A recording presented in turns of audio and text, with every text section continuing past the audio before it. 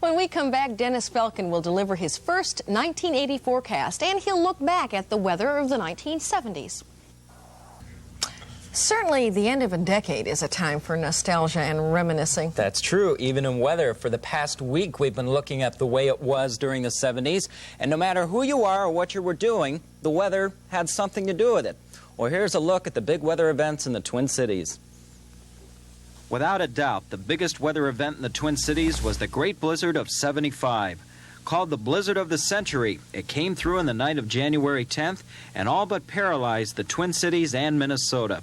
1 to 2 feet of snow was recorded, and 75-mile-per-hour wind gusts helped to pile the snow into 10-foot drifts in some areas. By the time it was over, Minnesota had $14 million worth of damage, and 35 people were dead as a direct result of the storm, 21 from heart attacks. But the winter of '75 was not the only one with snow and bitter cold. On the night of November 17, 1978, a surprise storm dropped 9 inches on the Twin Cities, and by the time that winter was over, almost 68 inches of snow was recorded, 20 inches above normal. There was 6 inches or more of snow on the ground for 122 days, a new record, and it stayed below freezing for 59 straight days, the second longest streak ever recorded. The record of 66 straight days below freezing was set just the year before. But in terms of snow and cold, the winter of '79 was the worst ever seen in the Twin Cities. Oh, the winter of '77 came close, though. It was from January 8th through the 12th that the mercury did not get above zero for 111 straight hours. The morning of the 9th was 32 degrees below zero, a temperature that has not been seen since then.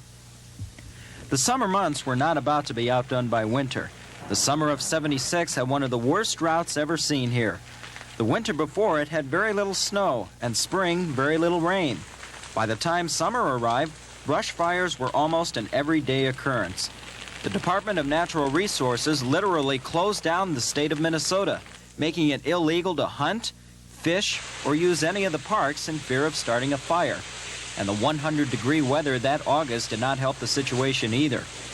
The 70s not only saw drought, but severe flooding as well. During a 40-day period in the spring of '78, there were 5 flash floods in the Twin Cities alone.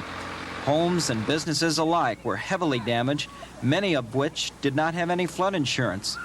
It was also during this 40-day period that the Zumbro River in Rochester overflowed, killing 5 people and forcing 5,000 others from their homes. It was that city's worst natural disaster in over 100 years. If there was one thing to be thankful for in the 70s, there was no massive outbreak of killer tornadoes in the Twin Cities. The summer of '79 did try to change that, though. On the night of June 19th, as the power went out and the sirens came on, over a dozen tornadoes and funnel clouds moved across the metro area into the heart of Minneapolis and St. Paul. And it happened again on June 28th.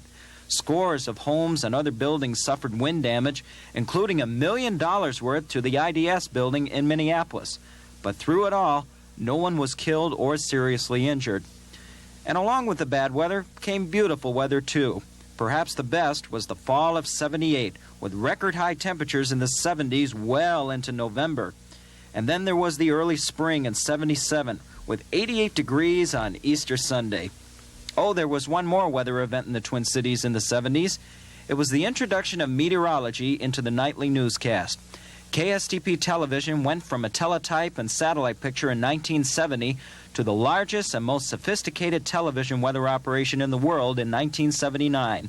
Over $1 million worth of equipment and a staff of 8 professional meteorologists are recording and forecasting the weather 24 hours a day, 7 days a week. And you can look forward to even more weather advances in the very near future. And before we let 1979 go, we put our computer to work to see what the temperatures did for the last year. And the middle part of it really was just above and below, but no real major changes. The big difference is how cold it was last winter and how warm it is going into this winter. And here are the official statistics from the National Weather Service for the month of December. The average temperature for the month was 26 degrees, over 7 degrees above average, the 11th warmest on record. The highest was 54 on the 10th, and 7 below was the lowest on the 16th. We had 13 days of a high temperature of 32 degrees or better. Heating units for the month, well, they totaled out at 1203, and that's below normal by 235. That represents a 19% savings on energy. Precipitation, it was a dry month. It was supposed to be. 1/3 of an inch was the total out at the airport, and that's over 1/2 an inch below normal. Total for the year was over 31 inches, 5 degrees above normal, and we only had 3 rainy days for the past month. And here's the big one, the snowfall. Only 1.7 inches of snow fell officially in the Twin Cities. 7.5 inches below normal. Our season total right now is only 9 inches. And if you looked out your window today, you saw the same thing, clouds and fog. The fog has been lingering through Minnesota and Wisconsin and the Dakotas for the past week or so. But our stagnant pattern is now starting to change. We had a weak cool front come through the Twin Cities from the northeast, a backdoor front as we expected, and behind it the air is cooler and definitely drier. So we're looking for the sun to pop out tomorrow afternoon and continue for at least another day or so for Thursday and maybe even into Friday. Here's a view from space of all of this in the satellite sequence, and this starts at 7:30 last night. There were some clouds out to the west with a weak Pacific cool front and rain in the southeast and just fog hanging across Minnesota. And you can see as the lapse runs along, we've had just some high clouds moving what appears to be high clouds, but our latest picture shows some low clouds too, and there is some light snow flurry activity taking place. But on the KSTP color weather radar, right now within 143 miles of the Twin Cities, we're not seeing any significant precipitation, but there is some very light snow flurry activity in and around the metro area, but it won't be enough to measure.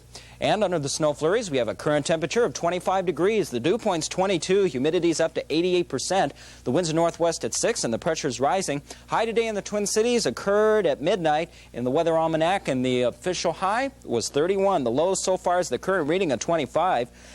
And both of those are still well above average, and officially a trace of snow in the metro area in the form of those flurries.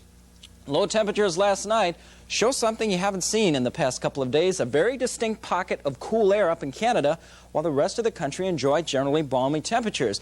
And it's that cool pocket of air which is finally going to give us some kind of a change in our weather pattern. Here's what will happen. The cool front's going to barrel all the way down into Texas because a strong area of high pressure behind it is going to push it.